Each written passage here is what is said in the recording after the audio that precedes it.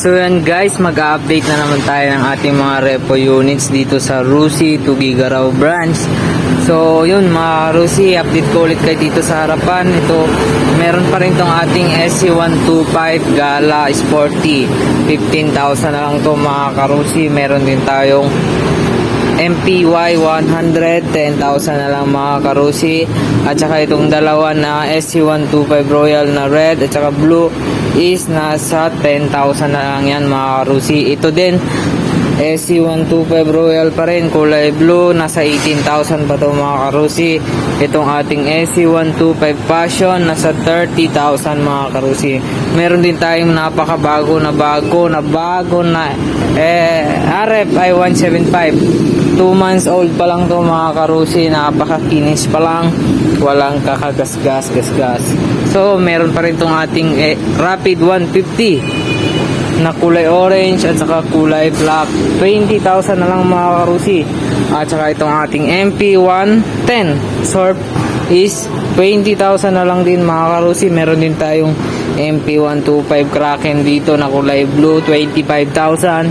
At saka itong DL150, 20,000 lang ito mga Karusi. At saka itong isa na 25,000.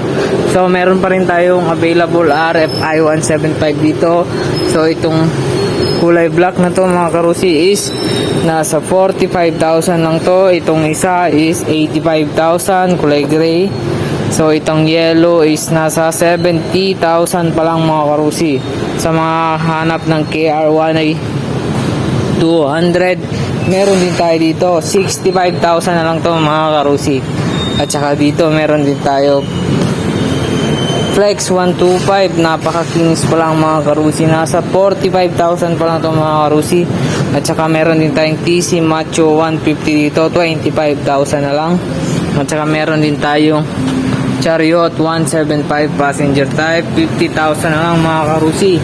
At saka itong ating dalawang TC Macho 125 at saka 150 na kulay blue is nag 10,000 na lang yan isa mga Karusi. At saka meron din tayong SS 150 Nova na kulay white, napakakinis pa lang mga Karusi, nasa 45,000 na lang to mga Karusi. At saka meron din tayong TC Macho 125 dito, bagong bago pa lang to mga Karusi, takbo niya 6,000, nasa 35,000 to mga Karusi. At saka meron din tayo dito TC 125, nasa 12,000 lang to mga Karusi. So yun, meron din tayo ditong Pulse 150 na kulay black, nasa 55,000 lang to mga Karusi. At saka itong TC Macho 125, 15,000 na lang to. At saka meron din tayong Classic 250 Carb type, 75,000 na lang yan mga Karusi, naka-registered within 3 years. At saka meron din tayong Classic 250 FI, 45,000 na lang yan mga Karusi.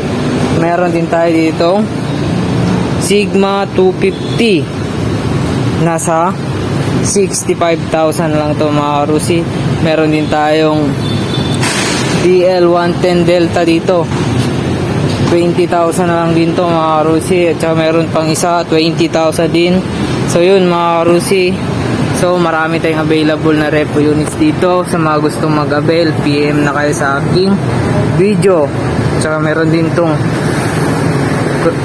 Chariot dito 175 kulay blue, nasa 45,000 lang to mga Karusi. Sa mga gusto mag-avail, PM na kayo sa Alfred Alama TV.